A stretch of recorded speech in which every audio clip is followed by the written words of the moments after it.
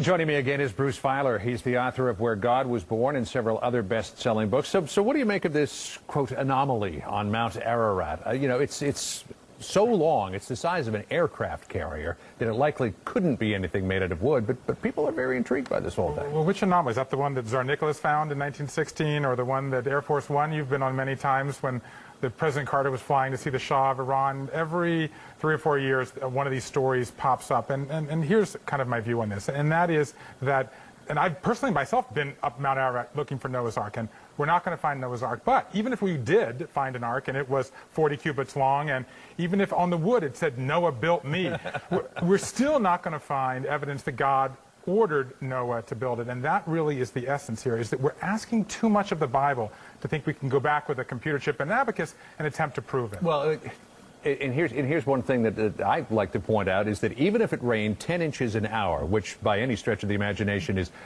a rain of biblical proportions, 24 hours a day for 40 days, you'd only have 800 feet of water.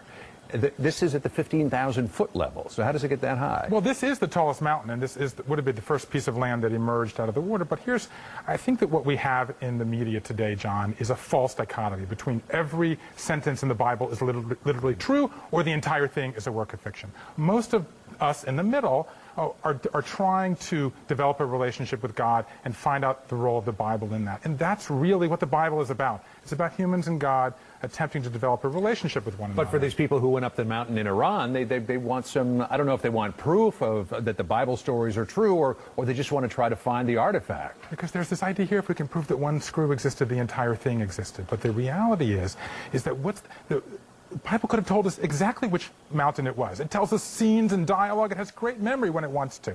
Maybe it doesn't want us to focus on the physical meaning, but on the spiritual meaning. And to me, that is the message. I was in Iraq, where you've been many times, in Where God Was Born, and looking at the ziggurats, which were the inspiration for the Tower of Babel. It's the story right after Noah's Ark. And what happens when God disperses humans? He gives them all a different language.